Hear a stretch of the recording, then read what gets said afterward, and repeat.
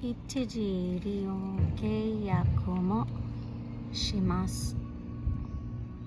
契約者以外の駐停車はお断りします。